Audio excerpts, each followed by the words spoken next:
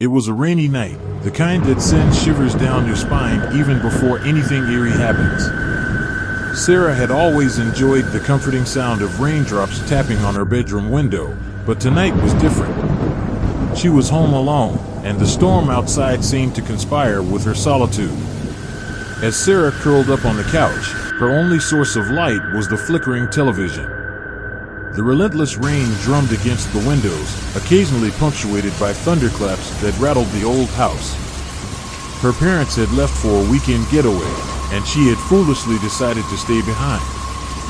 Her dog, Max, was her only companion, a faithful old Labrador. Max, usually an embodiment of courage, cowered beside her, his tail tucked between his legs. Sarah tried to comfort him, petting his trembling body, but her own unease grew. Suddenly, the TV flickered and died, plunging the room into darkness. Sarah's heart skipped a beat as the storm outside intensified. She fumbled for her phone, but the battery had drained. Max's growl echoed through the room, and he fixated his gaze on the hallway leading to the bedrooms. Then, Sarah heard it, a faint, rhythmic tapping, like fingernails gently scraping on wood. Panic surged through her veins as she realized it was coming from upstairs. She knew she should call the police, but her voice felt trapped in her throat. With Max by her side, she mustered the courage to climb the creaky stairs. The tapping grew louder with each step, drawing her closer to the source. The hallway was pitch black, and the storm outside seemed to be in perfect harmony with the ominous sounds within. Sarah reached the end of the hall, her trembling hand finding the doorknob to her parents' bedroom. Slowly, she turned it, praying it was just her imagination playing tricks. But when the door creaked open, her heart froze.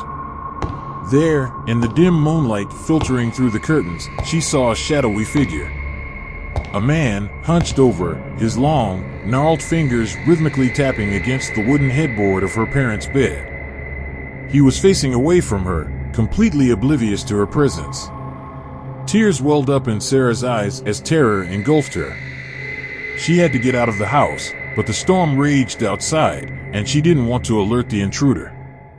Silently, she backed away, making her way downstairs as quietly as possible, Max following suit. She reached the front door, her trembling fingers fumbling with the lock.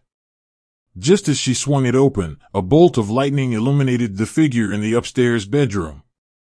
The man turned slowly, his face twisted into a sinister grin.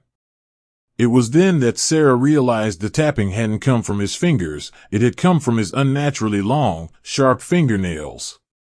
With a scream, Sarah and Max bolted into the stormy night, the rain drenching them as they fled to a neighbor's house. The police arrived shortly thereafter and searched her home, finding no trace of the intruder. To this day, Sarah can't forget that night, the rainy night when she learned that sometimes, the scariest stories are the ones that come true.